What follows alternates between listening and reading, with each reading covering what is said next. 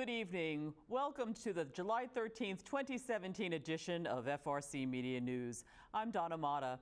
This week, we air the opinion of one city councilor on matters concerning Mayor Correa's City Streetscape project, provide information about the Stone School in Fall River moving to a new location come fall, and tell you about an upcoming Turtles in Trouble talk to be held at Britland Park next Monday.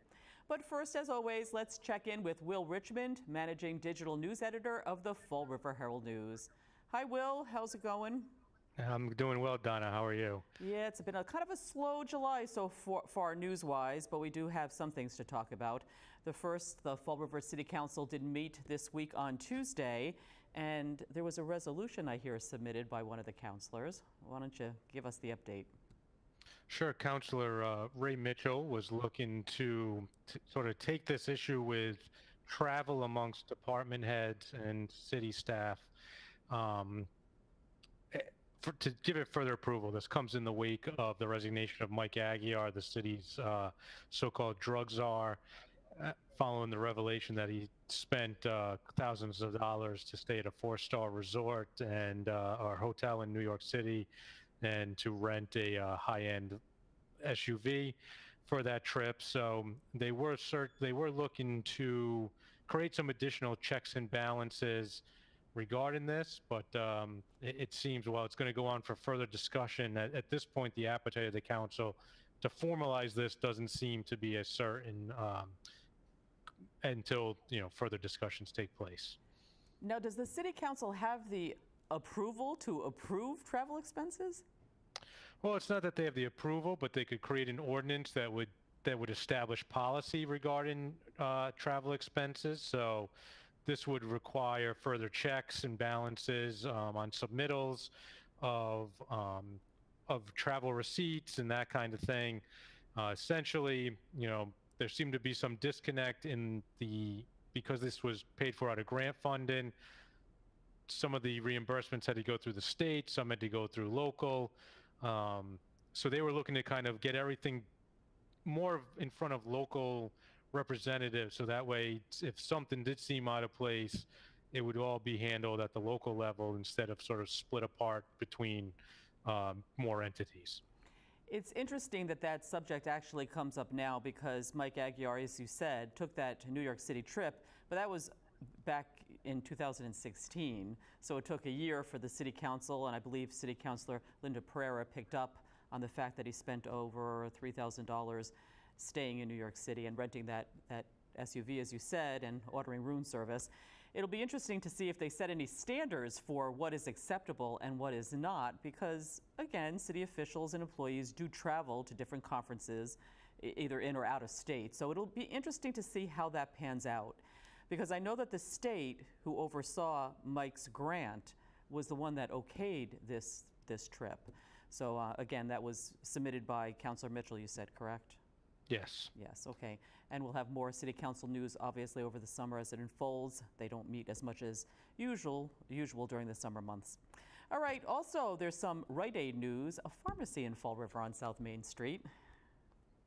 Yeah, the recently rebuilt and expanded Rite Aid on South Main, just past the Globe Corners. That lot has been sold from, it had been owned by the First Bristol Corporation, which is run by James Karam. That lot has been sold to a Brockton enterprise, which is going to take over management of it. And there's a long-term lease for the Rite Aid to exist there. So that was a $8 million sale. It appears at this point Rite Aid will remain there, which certainly makes sense considering they just rebuilt that up. It includes part of the land that used to be part of the former Fiore Toyota down there. So that presence should be there, and it's kind of another piece in the buildup of the South End that's been taking place in the last year or so. Yes, because the South Coast Marketplace is being built there, as we know. And there was a Toyota dealership in that place or in that section? Yeah, there had been a sort of a small-scale Toyota dealership down on South Main Street for years. They lost their sort of franchise license a couple of years ago as Toyota was sort of on the corporate end started to put new requirements in, such as the size of the lots and facilities that you have. which actually led to the building of the new Bristol Toyota in Swansea that's opened up in the last year or so. But it did result in the closing of the South Main dealership that had existed here in Fall River. And the Rite Aid was built to specifications of how they wanted the layout and all that sort of thing. So that part takes a lot of planning as well. And I understand the tenant is also responsible for the uptake and care of that building during the lease period, according to Bobby Karam. All right, that's the good news on the economic front, but we have some not so good news when it comes to police reports these days. There have been several arrests that the Fall River Herald-News has been reporting on. Can you run by a few? Yeah, well, there's been a number of shots fired calls coming into the police department, especially within the last week or two. A lot of these have focused down in the Maple Gardens and Maplewood areas of the city. So it appears police have been picking up patrols in that area, but along with that came an incident over the weekend in which 2 Fall River police officers were allegedly shot at by a pair of men who were trying to flee the area. This had happened after an unmarked police car noticed a car traveling very early in the morning, I believe on Monday, and within this, a bottle was thrown out the window that grabbed their attention. As they began following it, the other car stopped, 2 men got out. They saw one person with a gun, another that appeared to be reaching for one in his waistband. And after they identified themselves as police, the 2 people ran off. The report is a shot was fired at them. 2 people have been arrested, though a 3rd person is still wanted as of our last reports. And this is sort of one of a couple shootings that have taken place down in that area recently. So we're continuing to follow up on this. We're speaking with neighborhood leaders down there, as well as seeking to get more information from police to see, is there a targeted reason for why something is happening in this part of the city right now?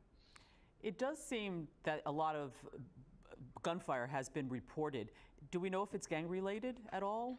At this point, we have not gotten any confirmation that it's gang-related. We're, certainly gang-related drugs tend to be the main focus of these sort of retaliation shootings that take place. So we're hoping to get more information from that, but we do know at this point that there is a targeted effort to patrol that section of the city. And good thing no one was injured or killed in these incidents. And I also know there was another young woman who was quote-unquote kidnapped. I believe that the suspect that was arrested was charged with kidnapping. When she asked for money, when someone rather asked for her for money, and she said no, and then there was a scuffle, and you reported that, the article said that she was brought into an apartment and the occupant broke up that fight and the suspect fled. So while that's not a gun-related incident, there still has been, several attempted robberies, burglaries, and such in the city. But I know the police department is doing what they can to obviously stop those problems. So let's switch back to the good news, Will. The all Scholastics Dinner that was held on White's by the Fall River Herald-News last night. Sure. Last night we had an opportunity, on Thursday night, to honor the top student athletes in the area. We were fortunate to have almost 400 people from the athletes and their families and friends to join us at White's. Former New England Patriot Pro Bowler Gerard Mayo was our guest speaker, and he really brought a great message to the kids about giving back, mentorship, and that sort of thing. So it was a really nice evening. It's the first time we've done this at the Herald-News, and it's something we'll look to continue in the future. I think that the kids enjoyed it, the families enjoyed it, and it was nice to see all these kids honored and get a chance to have their picture taken with a former New England Patriot and shake his hand and spend a little time with him. So a good time for everybody, I think. That's really nice too, because we talk about crime, we talk about kidnappings and gang-related shootings, et cetera, which of course is all negative. But there are some young adults and children in the city who are doing wonderful things, have great mentors, and can really improve the image of the city as well as the area. So it's nice that they're honored as well, instead of just thinking about the negative. So Will, what's coming up in the paper this weekend? Sure. This weekend we get back to looking at our job series. We're cycling back to the people the 5 people we interviewed back at the job fair in May to see how they've done in the last 6 weeks or so. Have they found jobs? Are they struggling to find employment in the city?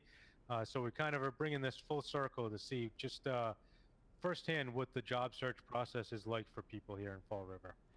That's really awesome because we know the unemployment rates are on the rise practically always. So it's kind of interesting to see what are people doing, how are they actually faring, especially because the job fair, which is held in City Hall, is such a popular event. So that's actually an excellent idea. Good luck with that. And we're looking forward to finding out the results when they come out. Sure, thanks. All right, very good. Thank you, Will. You'll be talking to Keith next week. In the meantime, have a great weekend. All right, you too, Don. It was nice talking to you. Thanks, Will. We'll have more FRC Media News right after this. Here are some job descriptions on the latest hot jobs list from the Fall River Career Center. Bank teller. Rockland Trust, located at 768 Robeson Street, is seeking a full-time, experienced bank teller. Basic computer knowledge with Windows skills required, as well as cash handling and excellent customer service skills. Job number 9235228.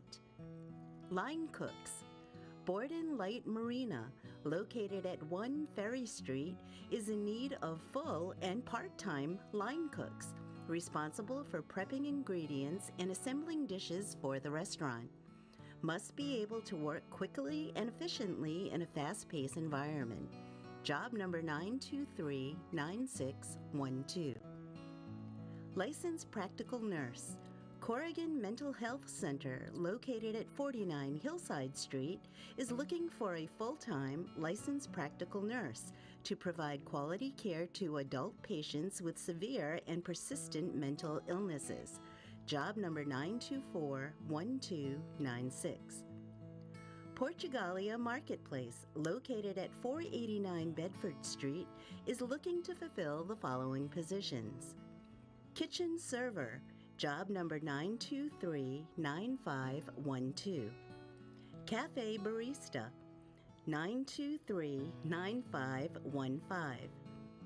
Produce store clerk, job number 9239520. For more information on these or other positions, visit FRCmedianews.org or call the Fall River Career Center at 508-730-5000. Welcome back. The Fall River City Council voted to override a veto by Mayor Correa that would have allowed the mayor all the funding he wanted to go full steam ahead with a multi-million-dollar city streetscape project. Under the mayor's plan, upgrades to streets and signage in certain neighborhoods would be completed, partly due to much-needed repairs and partly for aesthetic reasons. City Councilor Richard Cabaceres tells FRC Media News he was in favor of overriding the mayor's request for full funding. He explains why. Because this is going to allow us the opportunity to start repaving streets around the city. So that way, these bonding dollars, 5.7 million of them, can go to benefit all the residents of Fall River as opposed to a few neighborhoods. We need to start working towards how we can benefit all the residents of Fall River as opposed to helping out people who we may know or neighborhoods that might contribute more than other neighborhoods politically. And this is a good first step in order to start saying from the government to the people of Fall River that we care about you. So you're not against the aesthetic value of what a streetscape project would do? No, I actually supported the Streetscapes project. The issue is I don't think we should spend $10 million worth of bonding dollars towards doing something that we don't know is going to work. I supported $1 million of that project. The project passed all $10 million, and I think that compromise says that $5.7 million is fair. Majority of my colleagues, originally they wanted to come in and cut $8 million, but now we're looking at $5.7 million to make sure that the administration gets what they want and that the council and the people of Fall River can start repaving streets, because our streets are in really, really bad condition. When I start going around and knocking in neighborhoods, one of the first things that people talks about is how bad the streets are, and we need to do more in order to be able to fix our streets and start repaving them so this situation never happens. The Stone School on Globe Street will move to the newly renovated Westall School located on Maple Street this fall. According to the CEO of School Buildings and Grounds, Ken Pacheco, construction will be ongoing this summer at Westall, with the completion set for the start of school in September. Pacheco explains why the relocation is necessary. For a couple of reasons. Number one, the stone school in its shape, it's in rough shape. It's one of the oldest buildings we have. But the second piece was we're looking to expand the program. We send an awful lot of students out of district to receive some of the services that we can provide in district, but we don't have the space. So the idea was, let's try and recoup some of those funds. Those students sometimes for out-of-district placement could be upwards of $50,000 to $75,000 per student. So if we were able to keep some of that cost here, we'd be able to fulfill more of our own obligations with our own students. Also, we could take in students from other communities at that fee and obviously supplement some of the operations that are going on here. That was the plan, and we've been working on it since. Pacheco explains the upgrades that are currently ongoing this summer at the Westall School. This building, due to the amount of work that was done, or the amount of damage that was done with the wind and rain, it automatically had what we call a code upgrade by the insurance company, which means it is now a sprinkled building, has fire suppression. It has a new electrical upgrade. It has ADA accessibility with a ramp on the front of the building. We have an elevator in this building for all access to all floors. We have new plumbing, so each floor in this building has bathrooms now for students and for faculty. That stuff was here before. Bathrooms were in the basement, and there may have been one or two single-use bathrooms throughout the building. So it's completely upgraded for a building that's typical to Watson. If you walked into Watson, what you wouldn't see is some of those items. Sprinkler systems, electrical upgrade. This building is entirely LED, so energy efficient. The only thing we don't have is air conditioning, as we can see today. The Massachusetts Department of Transportation Highway Division has announced that Brownell Street in Fall River will be closed to vehicular traffic between North Court Street and Thompson Street for about a month. The closure was first instituted on July 10th. Brownell Street will be closed to general traffic so workers can complete the final painting of the railroad bridge in that vicinity. The roadway will be open to local traffic only. Motorists are urged to seek alternate routes during the project. We'll have more FRC Media News right after this.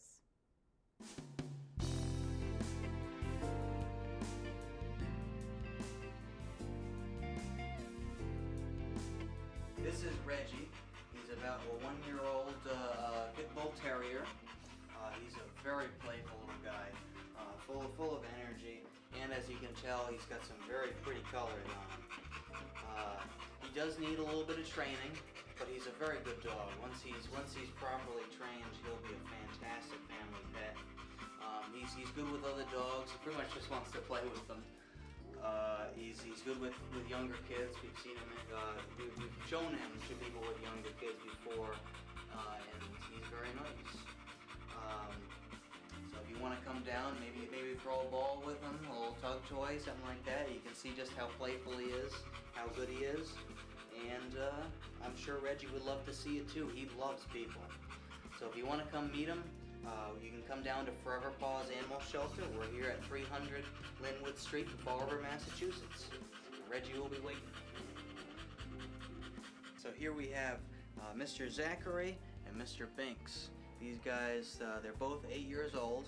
They're brothers. They were surrenders to us. Unfortunately, their owner passed, so she wasn't able to take care of them anymore. They're very lovable cats. Binks is a little shy at first.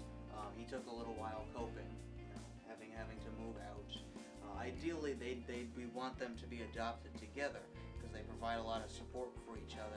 They've been together for pretty much their whole life, a good solid 8 years. That doesn't necessarily mean they have to go together, but it would be ideal. So if you want to come down, see if they're the right fit for you. We would love to see you. I'm sure they would too.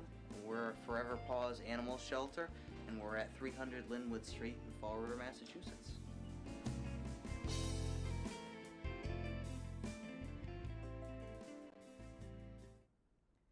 The Fall River Public Library on North Main Street kicked off its summer activities program this week at an inside location because of inclement weather on Tuesday. FRC Media News had the opportunity to meet with several participants at that event, including the musicians of the Toe Jam Puppet Band. We just did a show at the Police Athletics League in Fall River, and of course it was put on by the Fall River Public Library, and our favorite guy, St. David Mello, children's librarian of the public library, and thanks to sponsorship from the Rockland Trust. Thank you, guys. So tell us, what is it like to perform in front of all these kids? It's fantastic.